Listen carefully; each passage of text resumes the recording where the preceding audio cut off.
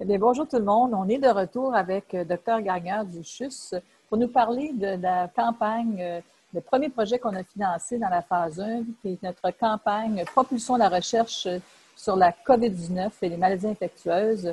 Alors, Dr Gagner, expliquez-nous un petit peu qu'est-ce qui a avancé, où est-ce que vous en êtes avec le projet des femmes enceintes et des nouveau-nés sur la Oui. COVID-19, évidemment. Bonjour José, merci beaucoup de me donner l'occasion de faire un petit peu cette mise au point. Donc oui, le projet, c'était vraiment d'essayer d'avoir très rapidement des données sur l'impact de la Covid chez la femme enceinte et le nouveau-né, parce qu'il y avait vraiment un manque de connaissances à ce niveau-là, qui est toujours présent, hein, on le ressent toujours, hein, c'est toujours difficile l'organisation dans les services. Donc on voulait vraiment avoir au Québec très rapidement mettre en place une structure qui permette de récupérer ces données-là. Donc, ce que ça a permis, le financement qu'on a obtenu grâce à vous très rapidement, ça a été de mettre en place ces structures de recherche en périnatalité sur la Covid, de pouvoir engager du personnel pour nous aider à coordonner, parce que comme on veut faire un projet qui est pour toute la province du Québec, donc évidemment, ça nécessite beaucoup d'efforts de coordination. Donc, ça a permis de mettre en place rapidement ce projet et de mettre en place ce réseau, et donc cette cohorte provinciale des femmes enceintes atteintes de la Covid. Donc ça y est, le registre est en place, toutes les démarches ont été faites. Ça a eu un effet de levier aussi pour aller chercher des fonds institutionnels.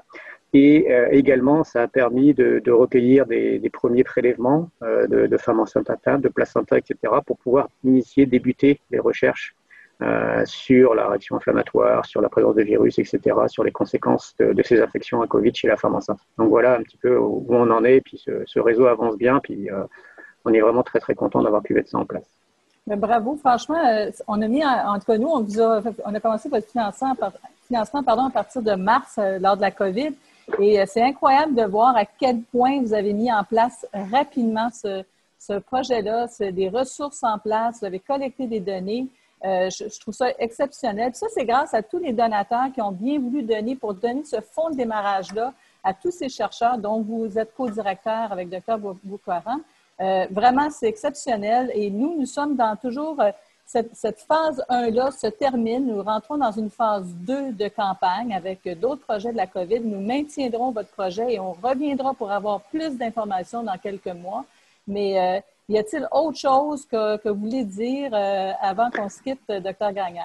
Je voulais remercier tous les donateurs parce qu'effectivement, comme vous le dites, c'est très important en recherche. Souvent, c'est les premiers fonds qui sont difficiles à obtenir. Donc, d'avoir des fonds rapidement puis de pouvoir initier quelque chose, ça appelle à obtenir d'autres fonds puis à mettre en place des structures. Ce projet-là, ça a permis aussi de mettre en place ce registre au Québec, mais de le rattacher avec d'autres registres, notamment le registre canadien. Donc maintenant, le projet est rattaché à la grande cohorte canadienne et également à d'autres projets internationaux. Donc d'avoir pu initier ce projet très rapidement, ça permet également d'intégrer des projets de beaucoup plus grande envergure encore au niveau national ou international. Donc vraiment un effet de levier très très intéressant et qui va nous permettre, j'espère, d'avoir des données là, très importantes pour la compréhension de la pathologie de la Covid chez la femme enceinte, chez le nouveau-né, parce que pour l'instant, on est encore un petit peu dans l'inconnu, avec beaucoup d'incertitudes en fonction des premières études qui arrivent, qui sont parfois contradictoires. Donc, c'est vraiment important de pouvoir étudier ça. Donc, merci encore à tous les donateurs et merci à la Fondation des Étoiles de nous soutenir là-dedans.